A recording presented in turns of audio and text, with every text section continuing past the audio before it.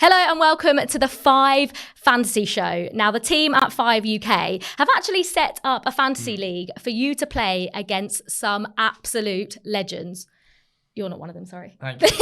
I wasn't expecting to. I was given some of the names that have signed up for the league. If my name had been included, I would probably walk out the door. Of course you are, Joe. We've got, of course, Rio Ferdinand, but James Corden. I'm really excited to see James Corden. I don't quite know, but I really want to see. At some point, we have got to see James Corden's team. Yeah, you can only have, 3 or 4 West Ham players. Unlimited Declan Rice is in absolutely. Not the best FPL player, though, is he? No. Declan Rice, obviously brilliant. And we've, of course, got Stephen Howson, Joel Bayer, and England's most capped player as well, Farah Williams. So, Joe, against all those people and all the 10,000 people in the league, how do you fancy your chances? I don't. I absolutely don't. If I finish top 1,000 in the league, I feel like I've done okay. 10,000 people signing up is a lot of people to sign up. And we're not even at game week 1, are we, right now? So I don't think I'm going to breach the top 1,000. But already off camera, Liv has been saying, I finished top 20,000 in the world. I'm unbelievable at fantasy football. I've never seen someone hype themselves up playing fantasy football so much. I'm not going to lie, I'm obsessed with this game. I've been obsessed for the last few years. I play it the whole way through. Everyone's literally at work, sat there with their teams up. And that is my best ever finish. I'm not that good every year, I'm not going to lie. Pressure's on you now. But 22,000th in the world that's at one really point good. is pretty good. Yeah, you've hyped yourself up now, though. No, so everybody at home is expecting you to do well. Bigging this up way too much. I said I was all right at the game. Well, that's not what you were saying off camera. Off camera, honestly, the people behind it can attribute this. Liv was really backing herself, so I am now expecting big things from Liv. Okay, yeah, actually, I back myself. Okay, fair enough. I back myself to beat you anyway. Well, my team's looking very solid. Should we have a look? Let's have a look. Okay, so Joe, this is your team. Yeah. Already looking at it, and I feel like this is the same for a lot of people this season, especially for game week 1. But this is like a template FPL game week 1 team. Yeah. Do you not think? This is very much, I've gone on TikTok and I've gone on the tips website and tricks websites, and I've just picked the basic template team with a few exceptions, I think, because I wanted to get Ramsdale in goal, but I simply couldn't afford him. I couldn't find the value anywhere, so instead I went for David Raya. Because I also feel like Leicester have had a really poor pre-season. They've not bought any transfers in. Lost Kasper Schmeichel now, haven't they? Lost Kasper Schmeichel. There's been interest in James Maddison from Newcastle as well. And I think Brentford, conversely, have had a really good pre-season. They've signed well. Raya, when he wasn't injured last season, was exceptional. High shot numbers, high save numbers. So I'm expecting big things from Brentford this season, and I think Raya's going to be a solid picking goal. Somebody you don't have to rotate, and it's very cheap at 4.5. We're going to look at my team in a second, but I did have Raya. I did have him in my team, but I then moved to someone else. Just looking at your back 4, I mean, Trent, Cancelo and James, I think are going to be the 3 most popular picks in defence anyway. But Perišić is an interesting one because I don't think he's played very much in pre-season. He hasn't. So why have you got him? The reason I've got him, bear with me here, is that I know he hasn't played a lot in pre-season, but that's because he arrived a little bit late after signing. And I just think that Antonio Conte won't really care that he hasn't had that much of a pre-season because he's worked with him before. He knows what he's going to get out of him. He knows how Perišić plays in that system. And I watched a little bit of Tottenham versus Roma in the pre-season game. Perišić was basically a left winger. Yeah. He was in the box more than he was in his own box. Yeah. So I think if you're going to pick a defender that's going to be extremely attacking, I think Perišić knows that system to a T. And I actually think at 5.5 mil, he's a little bit underpriced. So even if he doesn't, start the first game and drops to the bench, I've got Leon Bailey who can potentially come in to play a 3-5-2. Yeah. But I think if he does start, there's huge upside because I'm excited about Tottenham this season. I think they're going to push that 3rd spot so close. Looking at Salah, everyone's going to have Salah, that Fulham away fixture. If you don't have Salah, I actually, do you know what's funny? I was in a WhatsApp group saying a few weeks ago, I was like, do we need Salah? Then I watched the Community Shield and I was like, we definitely need Salah. But at times last season, there was times where you didn't need Salah, but I think at the start of the season, everyone will have Mo Salah. I'm tempted to triple captain Salah on the opening game. I think he is going to brutalise Fulham. And also, I think everyone saves their triple captain for a double game week, but more often than not, those players don't even play 2 games. So you might as well just risk it on a random game week. And Fulham away, there's not many. I mean, Fulham at home is probably a better fixture, but in terms of, I think Salah will. I probably haven't got the bottle to actually do it. Yeah. But it is tempting, isn't it? I think Salah is first name on the team sheet for everybody. You have to have Mo Salah. I know that he's the premium pick. Yeah. But with no World Cup for him in the middle of the season, he is going to I just can't see any world in which he isn't within the top 3 goal scorers in the Premier League. Huge numbers of assists, especially with Sadio Mane leaving Liverpool. I think all of the pressure falls on his shoulders to pick up more goals, more assists. And also another Liverpool player that I've got on the side, Luis Diaz, who I think is criminally underpriced at 8 mil.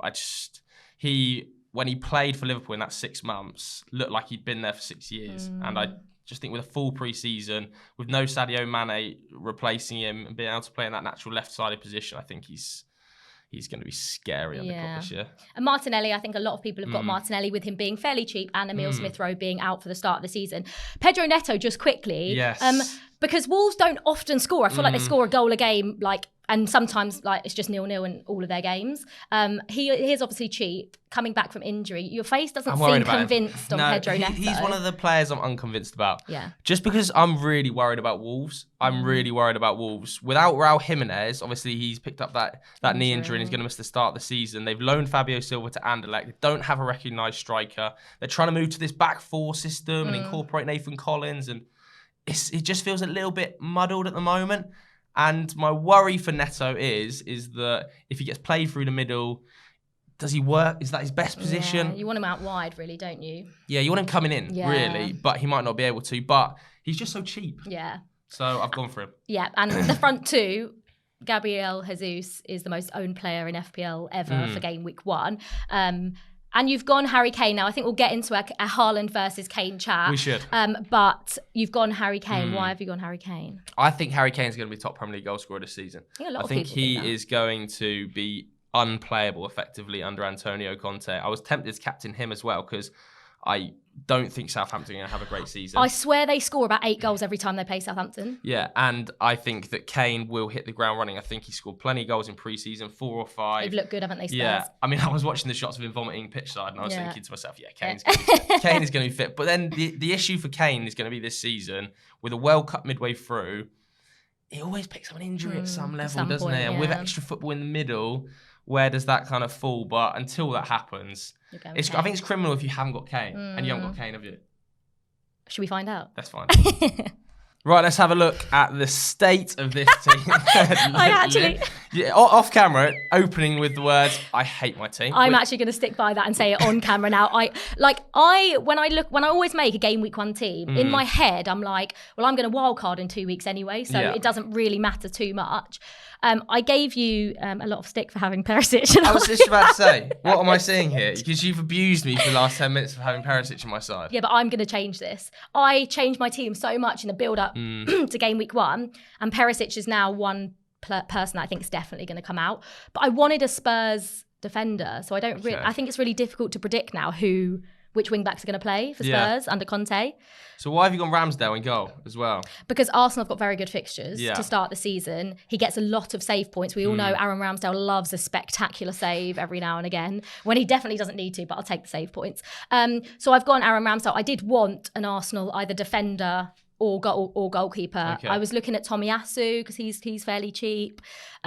But I think Ramsdale offers more, I think. Yeah, because Tomiyasu going forward is not necessarily the guy either, is it? It's a little bit lopsided. Clearly, maybe, Zinchenko potentially as well, if you might even play midfield. That's the thing. Are you going to get a player that's playing out of position and going to get you more points? But Zinchenko's 5.5, I think. But this is the issue potentially with Reece James. We didn't really talk about it earlier. Is he going to play centre-back? Because if that back 3 happens, I've seen the rumblings on Chelsea Twitter. Yeah, don't ever listen to Chelsea Twitter. You might be seeing Reece James playing as a centre-back. I think at some point in the season we will, because I think Chelsea are after a right wing back, because we saw what happened last season when our backups were just not as good.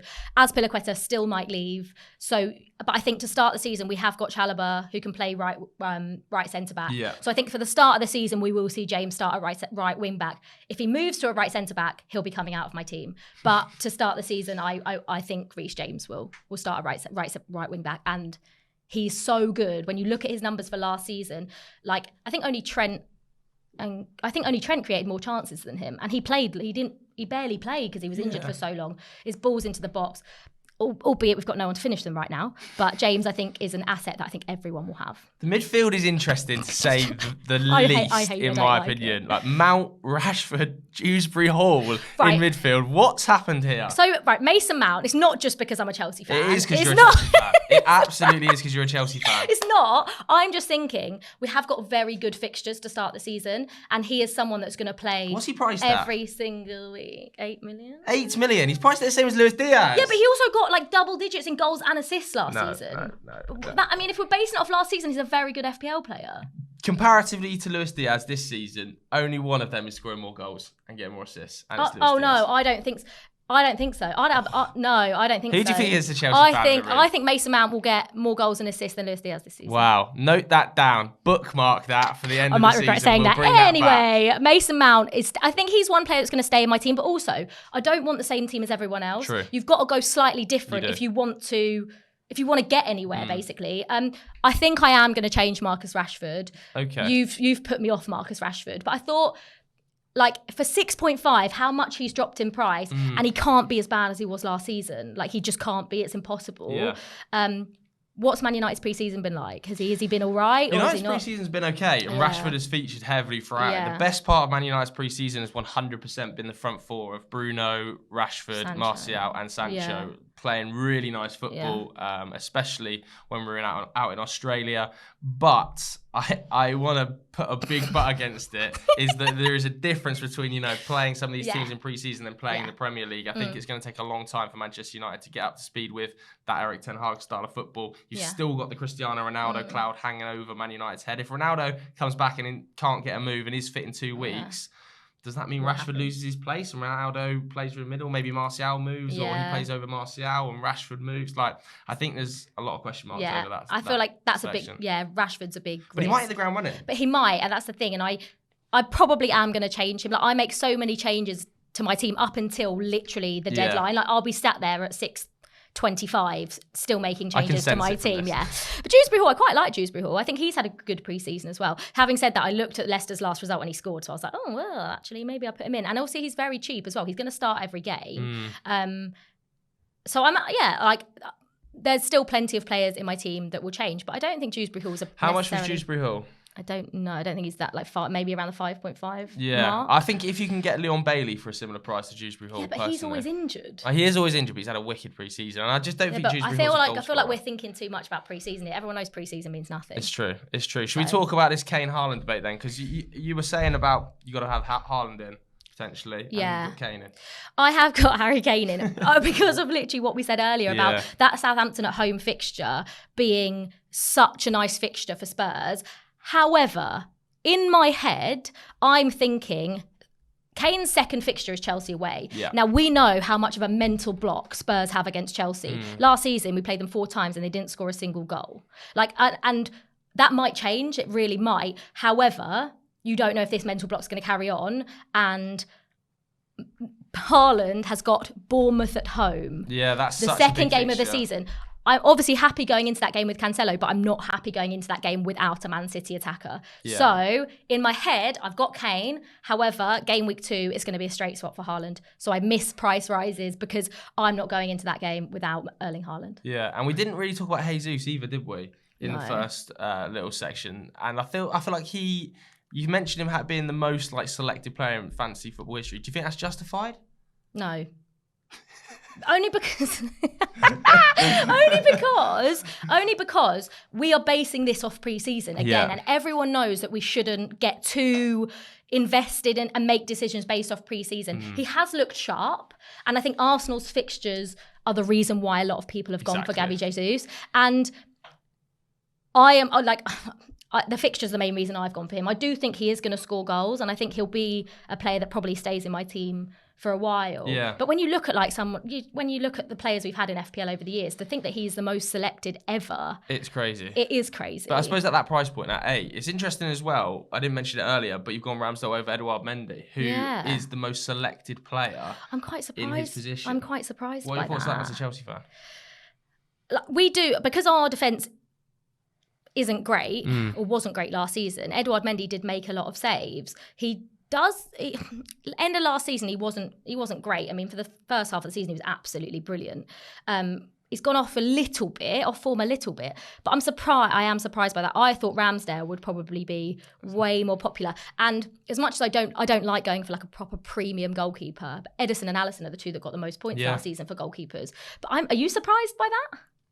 I don't know. I feel like historically people see Chelsea as having a much stronger defence, don't they? But towards the back end of the season and, losing Rudiger, losing Christensen, are you going to be playing a back four? Are you going to be playing a back five? I mean, there's a lot of question marks over the Chelsea backline. And when there's a lot of question marks over the Chelsea backline, I don't think I would have a Chelsea keeper just for that reason that I feel like they might concede a few early goals. And to see him as the most selected, that's a surprise to me. 22% of people. No surprise that Trent is up there. No, and I've actually seen people's teams that don't have Trent or Robbo in them. And Ridiculous. I just think that is the most outrageous thing. Like, Mo Salah is outrageous not having Mo Salah, but I don't think many people will. But you have to go with one, if not both of them. If there was a way I could have fit both Trent and Robbo in my team, I would arguably rather go for Robbo than Luis Diaz. Oh, that's a big shout. I think only 10% of managers have got Robbo in the team. Yeah, I would go for if I had a choice, I would go for Robbo over Diaz, just because You've got an agenda against Diaz. No, I don't. Mount over Diaz. I don't actually want 3 Liverpool players on my team, to be honest. But when I was watching Liverpool, especially in Community Shield, every time I watched Liverpool attack, it felt like Robertson was in the box and Luis Diaz was just outside the box. And I haven't got Robbo or Diaz. But having said that, like I said, I am going to make loads of changes to my team. Yeah. But I think 2 Liverpool players is enough for me. So those were our 2 teams. Now let's get a little message from one man who is definitely a better footballer than he is FPL player.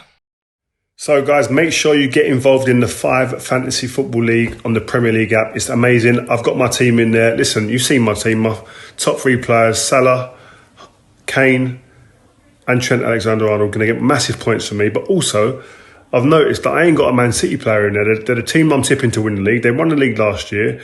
But the reason why, and you're all asking that, is because Pep plays with his team. He tinkers with his team. And I just feel that if I put a Mahrez in or a Foden, they could be on the bench and it'd kill me for the weekend. So I'm going to stay away from the City players at the moment. See how it goes. Might sub someone in that's later date in the season, but we'll wait and see. Listen, join this. Don't mess about. There's going to be loads and loads of people on there. People that you recognise and you know. They're going to get their teams in and we'll hear from them throughout the season. Loads of prizes, loads of giveaways. Let's go. What's not to love? Okay, right. Now let's actually take a look at Rio's team. And Joe, the first thing I'm looking at here is no Manchester City players. I mean, that is Man United Rio shining in a big way, isn't it? None at all. I've only got 1, to be fair, because of the rotation, but to have none. Like, to not have Cancelo, who, like we say, is probably, he's not a rotation risk at all. Oh. He's gone for a back 3 of James, Trent and Perisic, which we both have, so we can't really criticise. Sadly, we can't criticise that too much. The midfield... Saka, it's the first appearance of the young man. Yeah, what do you make of that? He's like 8 mil, on pens as well. A good pick, do you think? I don't mind Bukayo Saka, I really don't. I still think Arsenal are going to have an exceptional season, the best season we've seen from them in a long time. And he was so good last season that I don't think I'm totally adverse to it. But what I will say is, Jack Grealish is cheaper than Bukayo Saka. And having watched Jack in pre-season, that connection with Haaland when they played in that one game together, I know not in the Community Shield so much, but did feel like there was something potentially growing. Yeah. So I would potentially be thinking about Jack Grealish and then spending funds elsewhere, like to get rid of Leon Bailey and move him to the bench potentially. This is what I mean. I'm looking at this team and I'm thinking, right, no City players, but also in his midfield, he's got Pedro Neto and Leon Bailey. Like, I think one or the other is all right, but to have both of them feels a little bit, I don't know, it feels like you could probably get better elsewhere. Yeah, and also I'm sensing Rio's nerves around Manchester United already because there's not a single United player in the team. I am sensing his nerves about the start of the season and how quickly Erik ten Hag is going to hit the ground running because there's nobody, not even the bench options. So I've obviously got Rashford, but who out of that Man United team would you want in your FPL team? Yeah, well, potentially you could have sacrificed Saka and then bought in, Marcus Rashford like you. Is he the only player though that people should be alongside Grealish? I mean, Sancho, I think, is probably going to have the best season of any of the forwards, although Martial looks like he's had a great pre-season. But do you gamble on that? No. Do you gamble on Anthony Martial having a short stint up front before Cristiano Ronaldo inevitably can't leave the club, can't find a suitor and comes back into the team after 3 weeks? I think it's a risk. What I'm very interested by is Rio's bench because, some great players there. This is classic fantasy Premier League, isn't it? I can't afford anyone. Just get the low ballers out here. Tompkins, Patterson, Undav and Ward. the To be fair, Ward for Leicester, he might actually start now, so that's not too bad. Got 2 starting goalkeepers. Yeah, but surely he's not going to want any of those players to not play, especially because he's got Perišić. If Perišić so one of them play, is coming on if Perišić doesn't play. If Perišić doesn't play, that means Tompkins comes on because he can't go to 2 at the back, can he? Yeah. Which, Tompkins at home against an Arsenal team, they're absolutely flying at the moment. Come on, Rio. Yeah. Come on. Need to sort it out. That's it for game week 1. Then make sure you stay tuned into the show throughout the season. You can also sign up to the league by using the code in the description below. We're going to be getting loads of special guests on throughout the season. We'll also be giving you guys at home the chance to come onto the show and talk us through your teams. Liv, anything to add? Remember, the deadline is 6:30 tonight. You do not want to miss the first deadline of the Premier League season. So 6:30 tonight. Make sure your teams are in by then and make sure your captain's picked as well. Absolutely. See you later.